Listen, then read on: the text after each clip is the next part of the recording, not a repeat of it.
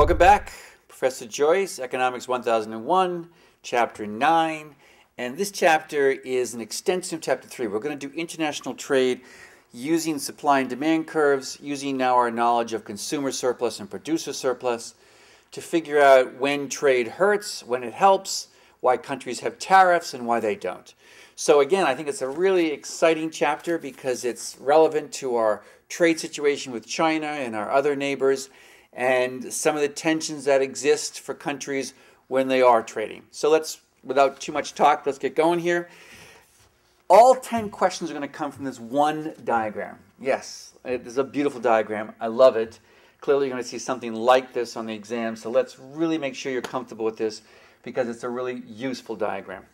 So let me just draw, here's our supply curve. And what's important to realize, and here's the demand curve, is that this is a domestic supply curve. It's showing you the output that companies within a particular country can produce for that country. Here's the demand curve by consumers. It's just demand for this good period, whether it's produced by domestic producers or whether it's produced by foreign producers, resulting in imports. So that's a basic part of the diagram. This right here is called the world price, and this is what the good can be purchased for on the world market. So let's say we're talking about a DVD, for example, a DVD player or something, or a PC or a laptop or something.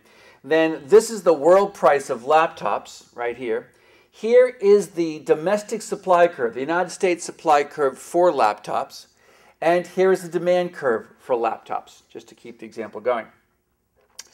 Now, if we don't allow any goods into this country, that everything in this country has to be produced in this country, this will be the supply curve, this will be the demand curve, this will be equilibrium. All right?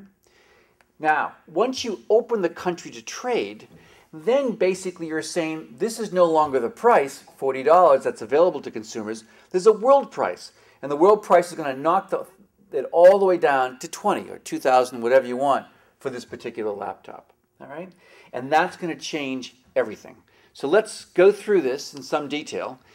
Lastly, I have this broken line here, which is going to be world price plus a tariff. In other words, the politics of trade are such that producers are going to get hurt by trade.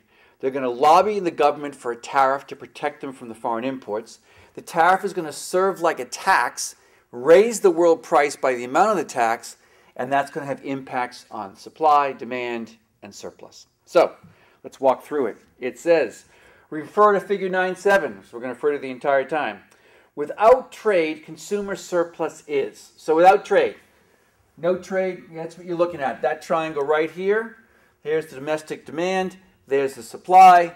So without trade, what is consumer surplus? Well, we've done this a number of times. It's pretty straightforward. The difference between people's willingness to pay and the price they actually have to pay. So it's going to be this triangle right here, and we can compute that pretty easily, right? We know the difference in price is 60 minus 40, which is 20. We know the amount consumed is 40. And we know it's a triangle, so it's this area right here. So it's 1/2, 20 times 40, which is equal to 400. All right? So I'll put consumer surplus. So consumer surplus without trade is this triangle right here, and the answer is B, 400. We haven't even finished the answer. The question is, what's producer surplus? So again, going back to our notes, we know the producer surplus is the difference between the price that suppliers actually get in the market and the difference that they're willing to supply it at. Remember, the supply curve represents their marginal cost of producing it. So the difference between price and what it actually costs them to make it is clearly surplus for the producers. So now producer surplus is going to be equal to this triangle right here. And so we can put producer surplus is equal to what? Well, it's equal to 40 times 40 goods that are produced all the way out to here, times 1/2 because it's a triangle, and that's going to give us 800. All right? So now you have the answer, but I want to make sure you see where we got the answer and make sure it's clear. So the answer is B. 400 is the consumer surplus, 800 is the producer surplus, and that's with no trade. None whatsoever. All right? Moving on. Number 2. It says with free trade, consumer surplus is. So now we have trade. The world price causes great consternation amongst domestic producers. Price gets pushed down from 40 to 20. Consumers love it. Take their demand curve all the way out to it intersects the world price right here. And now consumers are going to buy 80 units of this particular good. Right? So we've opened this market up to trade. Consumers benefit enormously. How much is enormous? Let's go figure it out. So now I have to figure out the consumer surplus under trade, and now I've got this much larger triangle. There it is from 20 all the way out to 80 units. This whole area is consumer surplus. You can see why trade is so popular among consumers. So consumer surplus is equal to this distance right here, which is 40, times the number of units sold, which is 80, times 1/2, which is going to be equal to $1,600. So consumer surplus has gone from $400 without trade to $1,600 with trade, and a huge increase, a factor of 4 for consumers. Why is it surplus? Look, this is what consumers are willing to pay. This is how much they would be willing to pay for a laptop if they could get it at the lowest price possible. This is the price being offered in the market. All these consumers are benefiting tremendously by this lower price. We're measuring that benefit to them by the difference between their willingness to pay and what they actually have to pay. That whole triangle captures a sense of value. In other words, what it is worth to consumers relative to what they have to pay. This difference shows you the gain, their net benefit, which is really, in this case, quite substantial. If there are winners in trade, there are obvious losers in trade.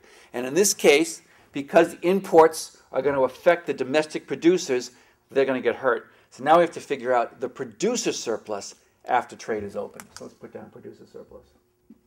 So now you go back to this diagram and you figure out what are producers, how are they going to get affected by this?